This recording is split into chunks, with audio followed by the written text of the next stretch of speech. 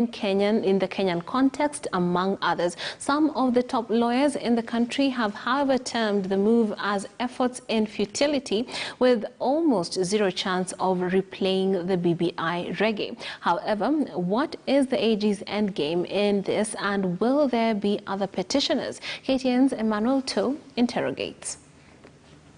A permanent injunction be and is hereby issued. After yet another shocker at the hands of a 7-judge bench of the Court of Appeal that stopped the BBI reggae and to some extent exposed the president to ridicule, the Attorney General is now training his guns on the judges, vowing to overturn the judgment. The AG has laid down 3 fundamental grounds in his appeal, including the applicability of the basic structure doctrine, the remit of constitutional amendment by popular initiative, and lastly, presidential immunity.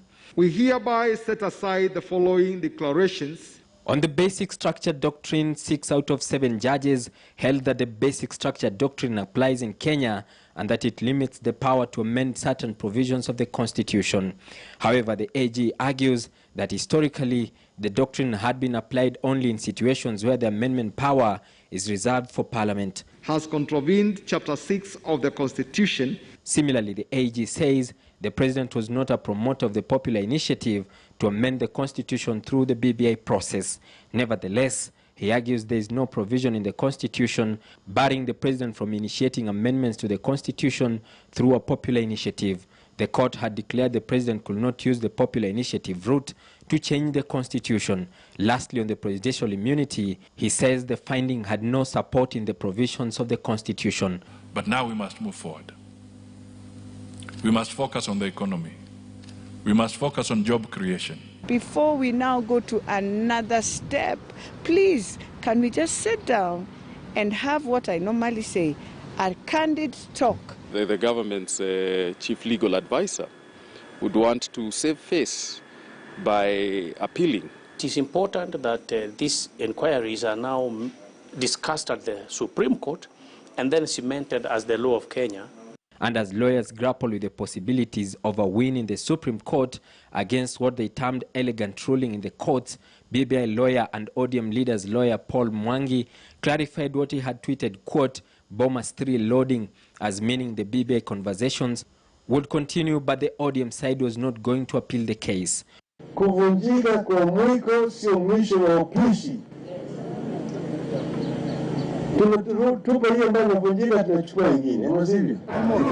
Although majority of the legal minds agree that the Supreme Court journey will be in futility as far as resurrecting BBI is concerned, the opportunity gives a window for the development of the Kenyan Constitution. Not necessarily to overturn the judgment as they are, but at least to affirm and make it law made by judges in the country.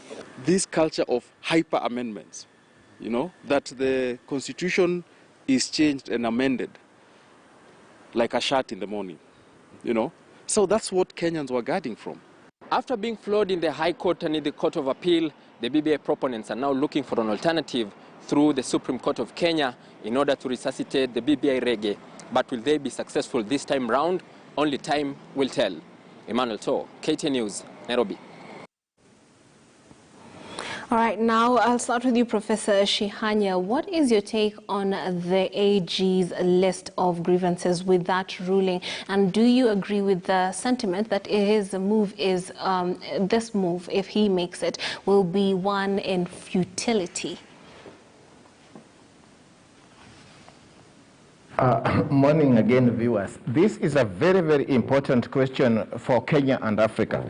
I agree that the 3 issues identified by the AG's office are good and very serious grounds and candidates for appeal to the Supreme Court. In fact, there are even more, but let's just focus on the 3.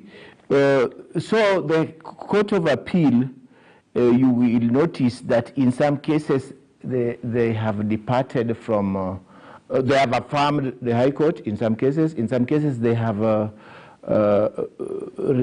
actually reversed the High Court in a number of important issues, including on the question of presidential liability. In some cases, actually, they have been dissents.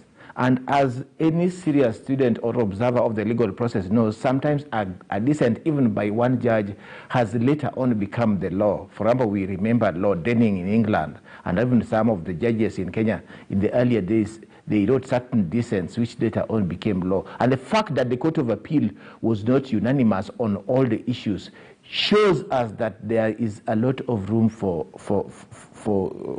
to change some of these things, either through Supreme Court or in future through the appropriate constitutional and political processes. So take the question of basic structure doctrine, really, and I know so many of Kenyans, even so many of our lawyers and law students wonder, what is this? There is no indication of where that doctrine is in the Constitution, because all constitutional provisions are important. But where Kenyans thought that some clauses ought to be can be amended by Parliament, Kenyans said so in 255 to 257, and say, but where the Kenyans thought that some clauses are so important, the so-called basic structure, then they said in 255, you can amend these through referendum. And this, why is it in the Constitution that this doctrine called basic structure or basic structure doctrine? It is not there. Why must we go? And I'm glad that Justice Okwengu correctly captured this question, that academics are important. Scholars are important. I'm an academic and I'm a scholar. But we cannot always import PhD theses, books written by Europeans and Americans, Richard Albert or Israelis, and say that instead of looking at the text, the structure, and the history of our Constitution, we quickly go and pluck PhD theses and books and say that this is now what is the law of Kenya, without showing how they are actually covered in the text of our Constitution, in the structure of Constitution, in the history of our Constitution. So you will see this is one of the problems with the so-called basic structure doctrine. Why must we import it from India, a 1973 case, where it is even controversial, and so many even judges and scholars have said that this is something that was specific to the Indian circumstances at that time.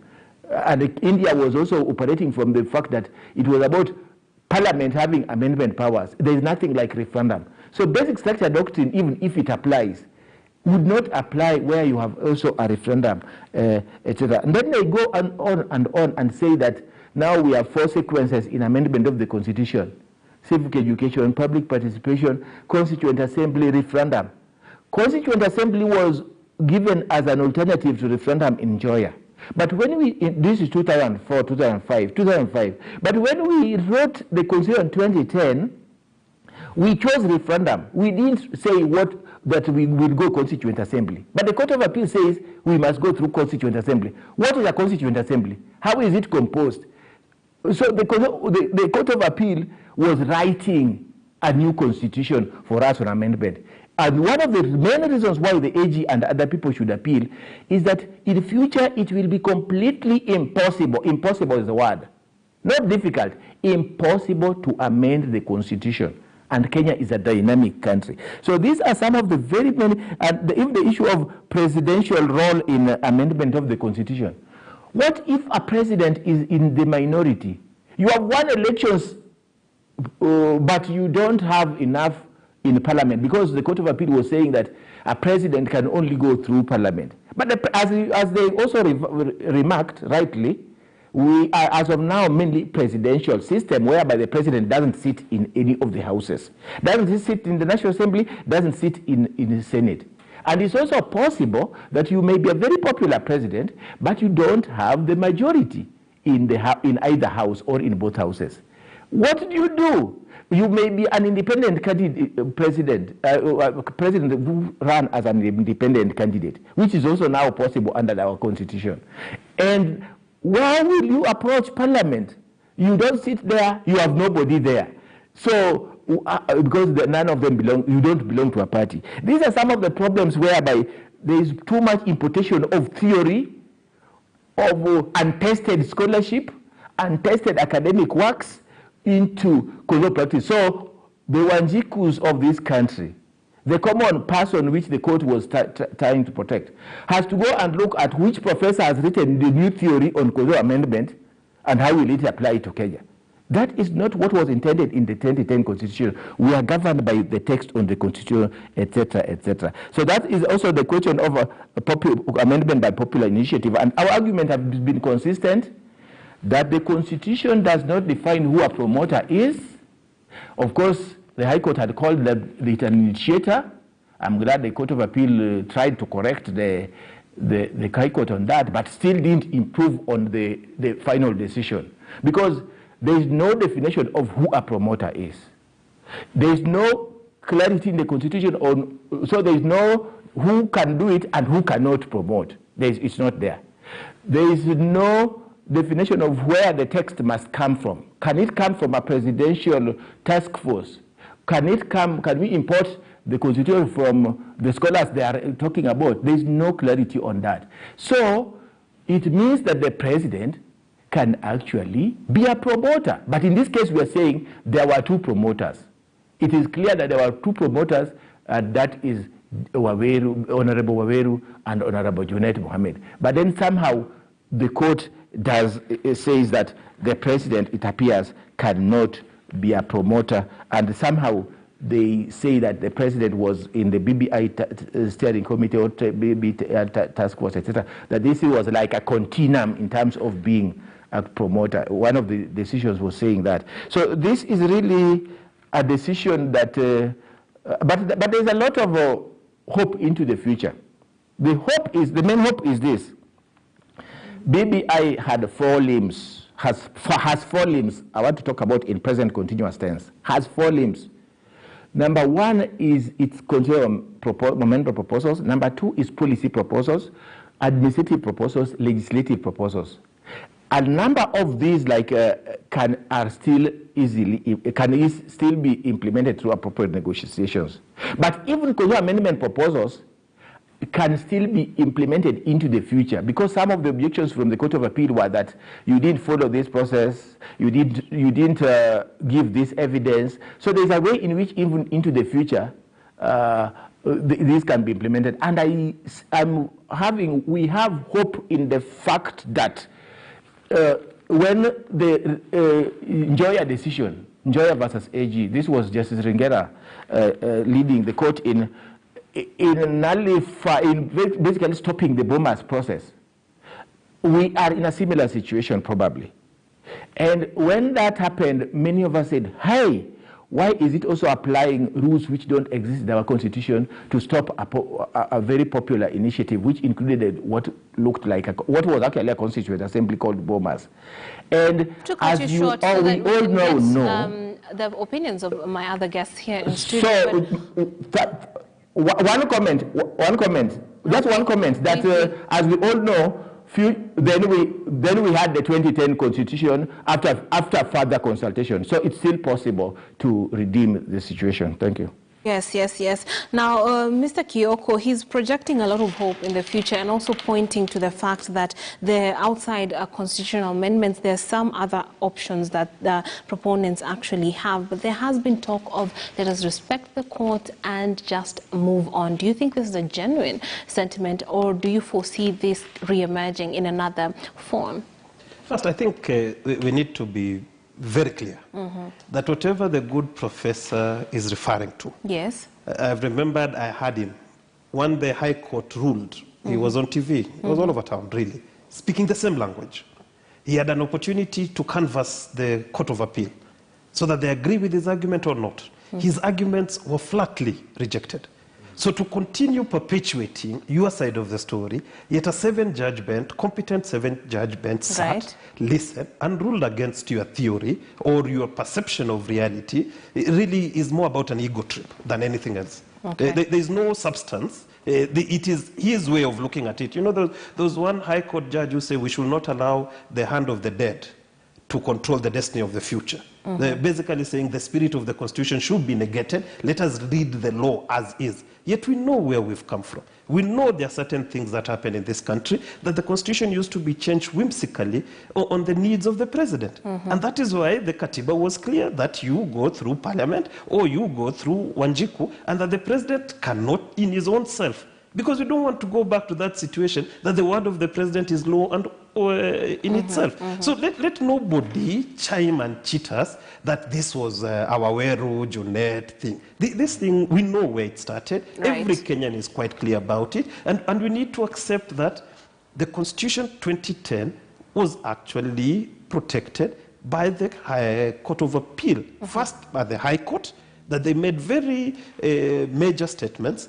Those statements on issue like basic structure that majority of Kenyans did not know, but over time we've come to understand. And though we are not lawyers, we've come to understand, and we know its applicability. So let's not take Kenyan for a ride. I think the question of the referendum was not about content, and that must be clear. It's not about content. It was a political process.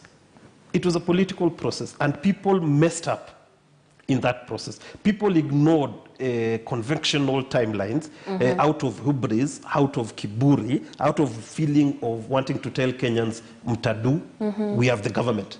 So that you go to IEBC, and while IEBC itself has a statutory mandatory period of verification of things, you go on a Thursday and on a Monday you say you've finished. You know that IEBC needs to have certain number of commissioners spread over time. You don't do it until it becomes... So those issues of hubris is what has costed this. And you know, for those Kenyans who celebrated the 2017 nullification of the presidential election, and the Supreme Court at that time emphasized that it is the process.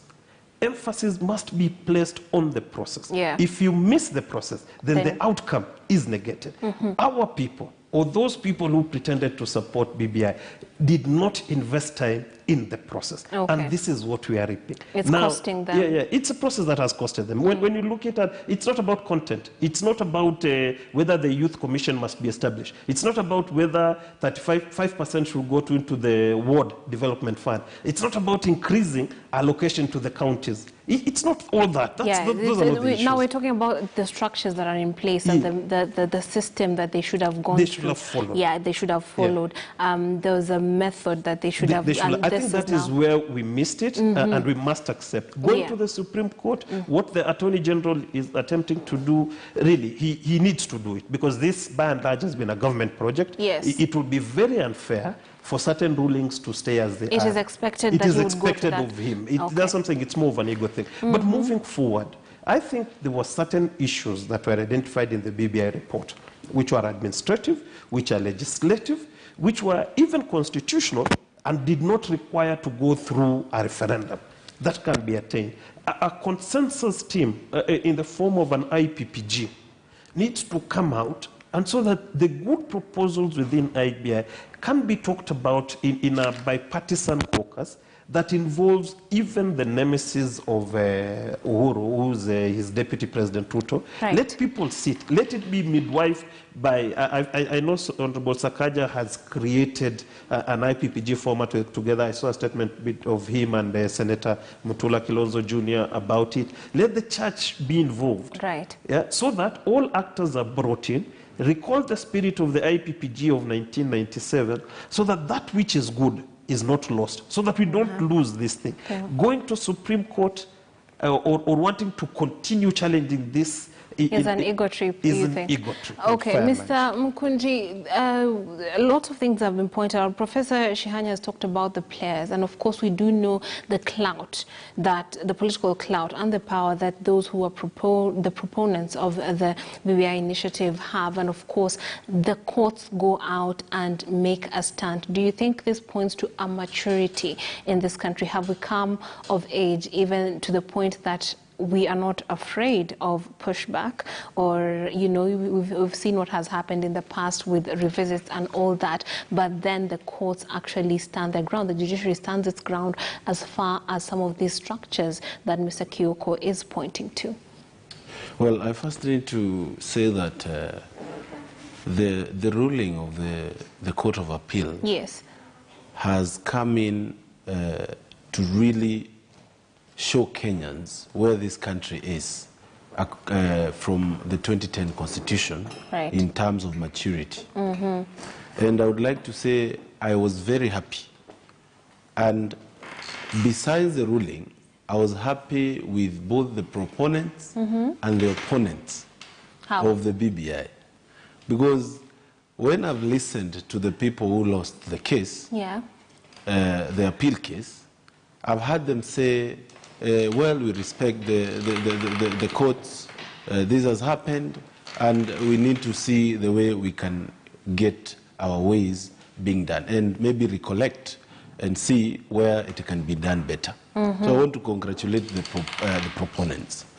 I also want to say that... do you think they're banking too on the AG's move to the Supreme Court? Yeah, it is their right, and well, let's see what he has in place.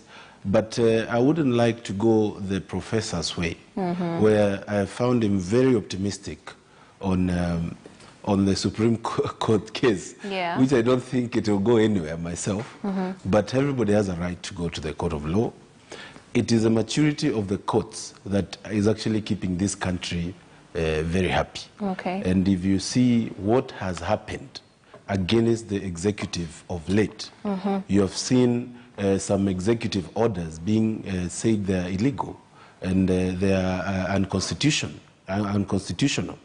So I think the court should continue pronouncing itself in these matters so that we have an institution that people can trust, even after any dispute, regardless of what it is saying in terms of the cases of elections and all.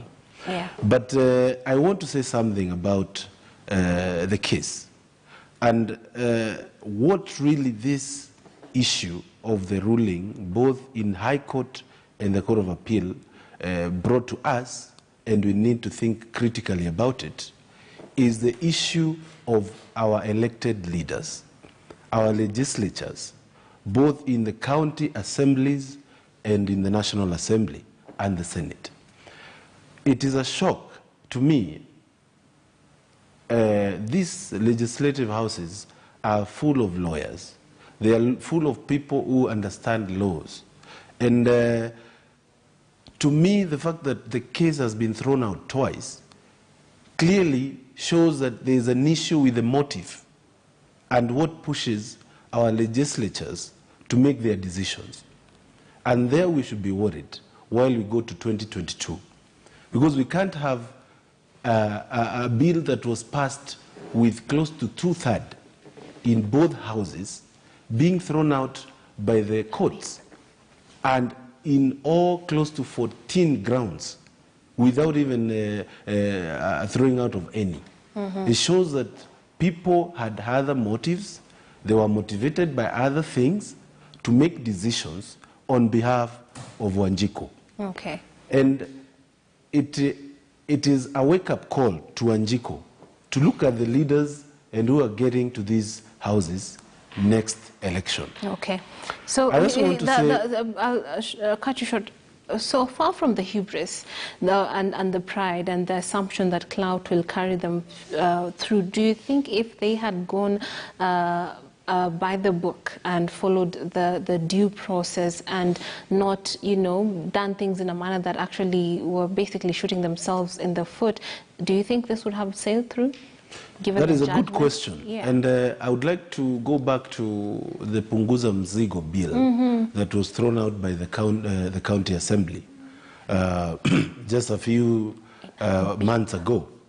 And I would like to say that is, while the same IEBC had a problem then, a Kuru court seemed to be following the law to the letter. Because there was no issue of government. The proposers and the pushers of the bill were outside the government. They were not powerful people. And that was giving confidence to the motive of this bill. Unlike the BBI, whereby I know this has been spoken by even the professor, him saying that the president was not there. Yeah. And I think it is obvious that Raila and Uhuru had an handshake after elections of 2017, and after the second election. Then after that, they formed a committee themselves. Apparently, the president said he consulted his deputy, but that is him saying. When they were reading the names, they brought the names, gazetted them by the fact that Uhuru has produced some names and Honorable Raila has produced some names. Okay. To me, I feel that if the real process was followed, there could have been a very good precedent on how to change the constitution. But that is something that now people have learned. But I want to say something about the BBI. The fact that we have very good proposals among other proposals. Yes. And I would like to address the president that the proposal about the youth getting a tax holiday does not really require to wait. It is a matter of giving a statement today, an executive order. You say that from today henceforth, the youthful companies in this country should not pay taxes for the next 7 years. Okay. We need to hear him saying that he has formed a youth council so that we can have youth being absorbed in this job field. And those are that's a way we can gain confidence that there was no ulterior motives in this BBI. And I mean, if there's the legacy issue coming in, there are still ways of ensuring that some of these things do sail through. Yes, Mr. Kioko. I just want to take off from what he said about the youth, the 7-year tax break. Yeah. About 3 weeks ago, 4 weeks ago, we saw the musicians lobbied through, I think, SK Mashari and Raila, and they were given a tax waiver on the Views as a platform. Yeah. And their earnings increased. And that was very administrative. It didn't require a referendum to resolve it. So even on the matter of the youth, really, it shouldn't be that they are being told your issue will be sorted out via a referendum. Yes. If it's a tax break, like you're saying, lobbying, and they can go have that function somewhere and say, yes, we've given the youth the tax break. So let us see the actions that follow these words and the spirit of this of the handshake, so that it is broken down into sizable bites, and then we'll be able to distinguish that which is good and that which is bad. I think one of the issue in the content that was obnoxious was the question of the judicial ombudsman. So you are telling, you are going before judges, and you have a clause in the BBI that says we will give you an inspector who will be reporting your activities to the executive.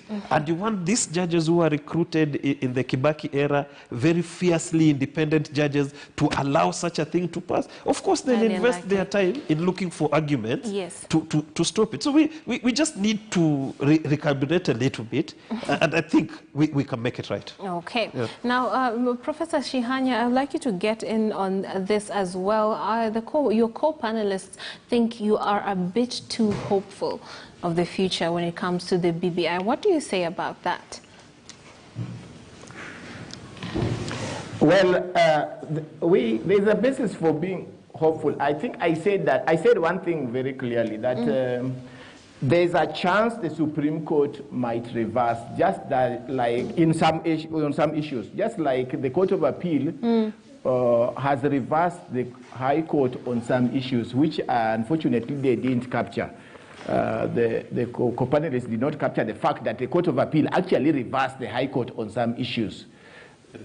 For instance, the High Court had stated that the president was liable, etc. And then the Court of Appeal says, no, there is a problem here that the president was not served, and therefore principles of natural justice and fair administrative action cannot allow that. The other issue is that I also said optimism lies in the fact that some of the BBI proposals did not require a referendum, and I think the co-panelists have acknowledged that, so I need not belabor that point. But lastly, I also mentioned that in when the Njoya decision in the High Court stopped the Bomas process, which was very popular, there was a lot of despondency, and some people thought that, well, we have come to the end of this process.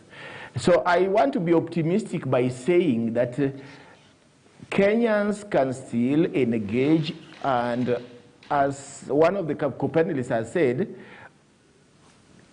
we can see how into the future some of the issues that require amendment or even by referendum under BBI can still be implemented in the future. I'm not looking at next week, next month. I'm looking into the medium and long-term issues. Lastly, for me, there was a statement there that the court only focused on process. It's not true.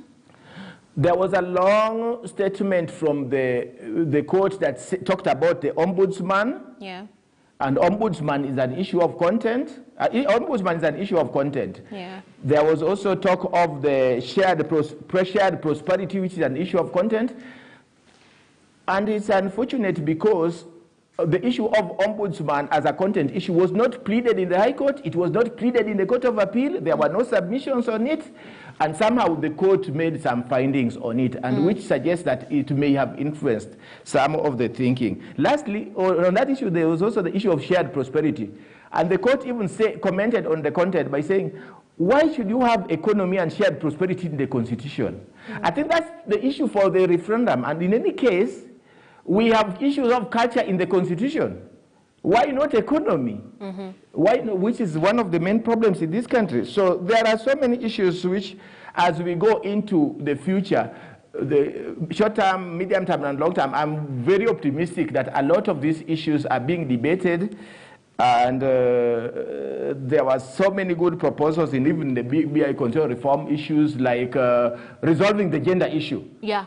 Resolving the gender issue, which as of now has not been resolved in Parliament at all, and or elsewhere. And the Chief Justice even asked that Parliament be dissolved. But even if you dissolve Parliament and we went to elections without a common amendment, we may end up with a similar Parliament that doesn't comply with the gender Now, Professor Shihanya, so Mr. Kioko has a rebuttal to what you've just said.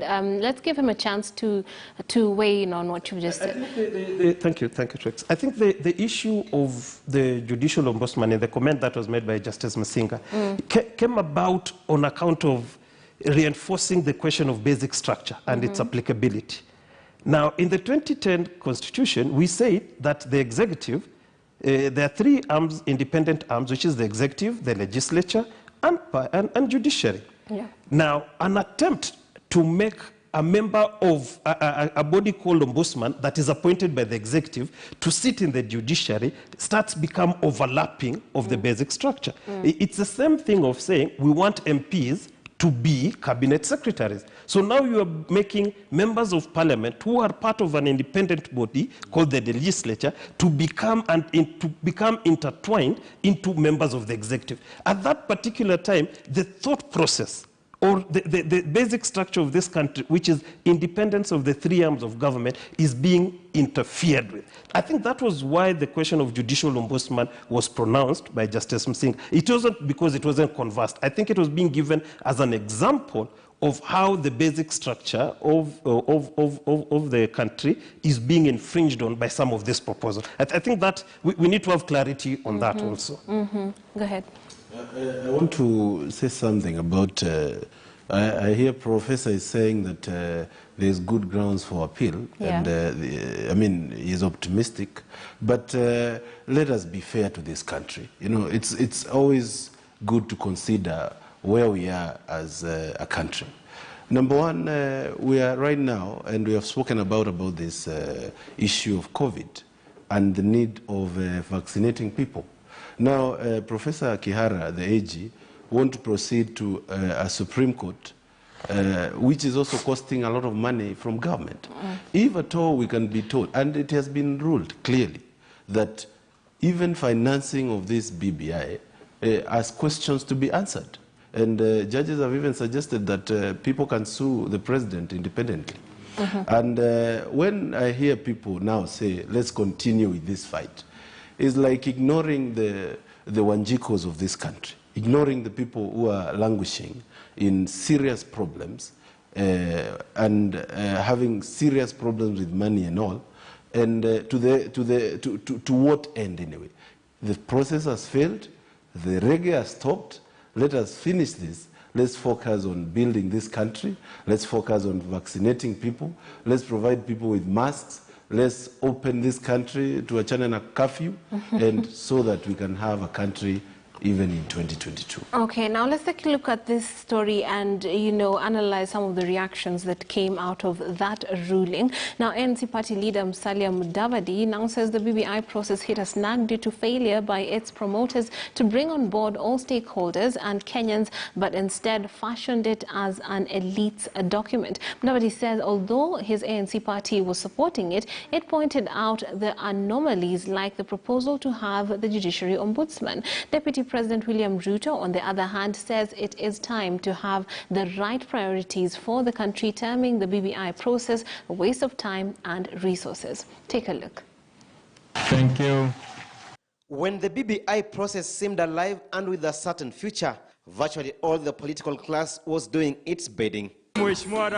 Friday's ruling by the Court of Appeal affirming the High Court's decision to halt the process again has been welcomed by the very proponents, pointing accusing fingers to its promoters for its failure.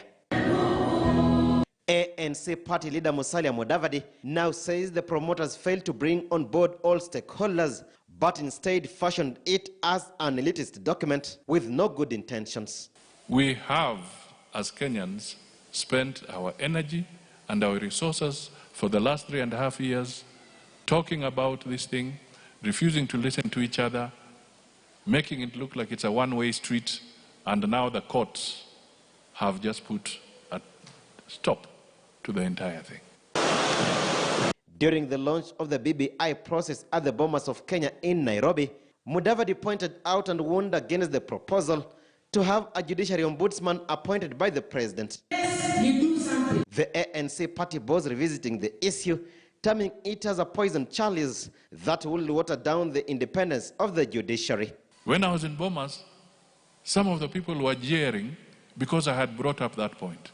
If you listen to the judgment of the president of the appeals court, Musinga, he said that when you introduce a situation of an ombudsman that interferes with the independence of the judiciary, you are altering the basic structure of principles of constitution.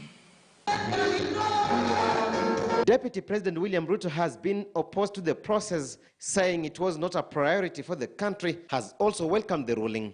According to Ruto, the entire BBI process has wasted 3.5 years for the country. Ruto was speaking at AIPCEA Church in Kirinyaga, says the president should now bring the country back on track.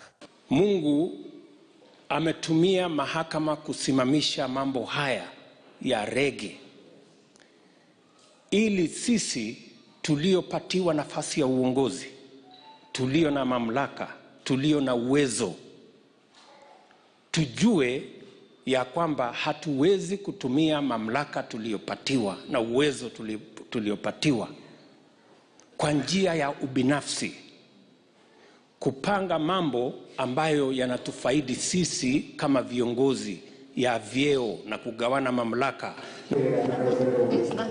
TSP party boss Mwangi Kiunjuri calling for the funds initially budgeted for the BBI process to be channeled to pressing issues like combating COVID-19 pandemic in the country. Speaker of the National Assembly Justin Muturi, though cautious of the debate as it may get itself in the National Assembly and which may call for his recusal, says no one won or lost. Alan Ochanda, KTN News. All right, now on the front page of the Standard this morning is telling us Ruto sustains attack on rivals over the BBI, buoyed by that court decision. A bullish DP accuses proponents of advancing selfish interest as some of President Kenyatta's allies describe the move to amend the law as unstoppable even after the next year's poll. Now, those are just some of the reactions that have come out of that. Professor Shihanya, what do you make of that reaction by ANC party leader Musalia Mudavadi that this document was elitist? Unfortunately, we've lost Professor Mr. Kioko. What do you make of that assertion that it was elitist? We did see the ANC party leader Musalia Mudavadi appending his signature on it, but at the same time, he says he had misgivings. What do you think that says about him as a political leader? And at the same time, I mean, do you think he is right in asserting that it was elitist? In a way, yes. You feel for the likes of Mudavadi, the likes of Kalonzo Musyoka, the likes of Wetangula, who are former NASA principals, because they felt that because this thing has the president's backing and the institutional support that comes with the president, it's the right thing to do, even though within themselves they knew the document had fundamental misgivings. And you know, from the first draft of Bomas, the second one, remember when Mudavadi was giving that speech and Ruto also stood up and gave his 9-point objections about some of these issues, this document was amended and some of the recommendations were put. However, the last document that was now the Bill 2020 still carried about 2 or 3 mistakes that people are saying we are willing to overlook all of this in favor of moving forward. But again, like I had said earlier, it was not about content. It was about process. There were few elements about contents that were there that had repercussions, and especially the ombudsman, really. Right. That is the one that will keep referring and recurring over and over and over again. But by and large, the conversation I think that needs to be adopted is people need to be magnanimous. Okay. I think when DP Ruto comes out and like we are saying is bullish about it, you end up antagonizing many people. Yet we want to bring people together. I think that overall objectives need to be respected. I think it's a fair description. Yep. If you were against something and you had the whole judiciary come and stand behind you, basically, it gives you a buoyancy. I think that's the assertion that is being made. He was a man who was pushed to the corner. Yes. He was a one-man army. It's a win. Yeah, he's a one-man army in many occasions. Yeah. Remember in that Bomas too, everybody was against him. But he still articulated his point. Right. And he's been on this thing alone, really, as the leader, and he refused to lead the no campaign. So yes, he has won. He is doing his victory rap. Maybe we need to give him a week. Then he comes down, after doing his victory rap and explaining to people, he needs to come down as the leader that people think he is, so that now give us the way forward. Yeah. The conversation needs to move to let us look at the content and pick the very best. But if you continue rubbing salt onto this wound, then you keep alienating other people who would otherwise have come in, and it is really upon him. We shift it to him. I think what Musalia Mudavadi said yesterday is a very good statement. That they ignored the warnings. There's no other, bring in Kalonzo, bring in everybody else, so that they come into the middle ground and give Kenyans a document that they will be proud of. Okay. Mr. Mukunji. I think to add what Dr. Ria said, well, on the issue of Musalia Mudavadi, I think myself I have a problem with it, because he was among the people who took a pen in front of a TV and put a signature in that screen. And it clearly says then we have a problem with even the leaders that are coming to us for these presidential positions. Because I think one of the things I would like to see, and why I'm happy with the deputy president, is he has been very consistent from the word go, from when this process started. And even when his people tried to go to these rallies, their treatment was clearly seen by all Kenyans. And there was this talk of they want to strangle the baby before it's born. Yeah. And when Mudavadi says it was an elitist document, and he put a signature on it, and he has gone to these places. It weakens his argument. And, I mean, given his argument, supported it, he criticized the deputy president for his conversation. I think it shows that you're not clear on your decision making. I have to point that out. Okay, Professor, when it comes to the DP, yes, I think he should actually be happy because one thing that was clear to Kenyans, and you know sometimes we think Kenyans are foolish. Kenyans are very wise. They can clearly say that they can clearly see there was another thing that was being pushed besides the document and you know, the old promises and everything. Okay. There was an issue of the 2022 election, and there was an issue of arrangement around the BBI on the people who are going to move forward and take the next government.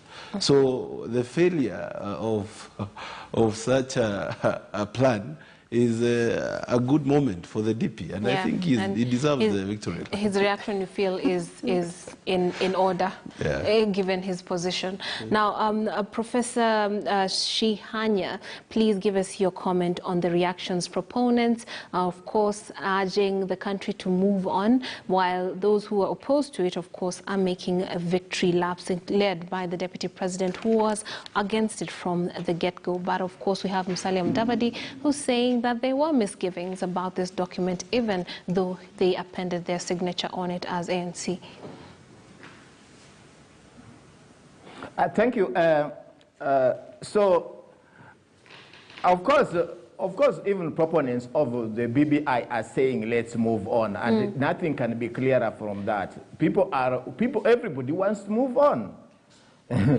And moving on includes the proposed appeal by the AG, appropriate political processes, preparing for elections 2022. That's part of the moving on. So, but I find there to be a false dichotomy between content and process in this debate here and elsewhere. The court of, before I go to the issue of the reactions by Mudavadi and Ruto, briefly, the Court of Appeal spent quite a lot of time on basic structure doctrine. Sometimes they call it basic structure, sometimes they call it basic structure doctrine. And they invoked a lot of content issues, which were not in the High Court, one at all. In fact, the clear pleadings, anybody who has read the pleadings, especially of Ndi, will see that the question was posed as a hypothetical, academic, speculative question in the High Court. Yes, Professor, but unfortunately we are running out of time. So if you could please summarize. Fine. So let me clarify. Let me just also clarify that the reaction by the two, by Ruto and Mudavadi, is also quite problematic, because if I recall very well, Ruto moved between a no, a yes, and a maybe. And some of his supporters were even wanted to promote BBI in their areas. But let us assume that then he is now settled on a no. For any leader, even at MCA level or MP level or at and party leader level, it's not good just to say no. It's always easy to oppose. But you must also say that what are your clear policy, legislative, administrative, and even constitutional reform proposals, because Kenya has a crisis. Economic crisis, political crisis, social and ethnic integration crisis. What are your clear proposals on these limbs?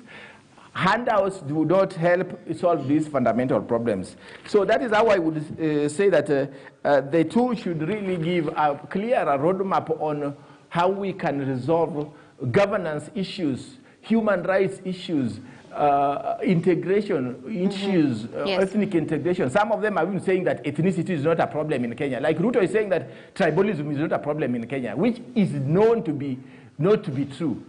There is a tribal problem, there is an economic problem, there is a health crisis, which is now beyond even health COVID issues. These require constitutional reform measures, they require legislative policy measures, which unfortunately are not clear from them.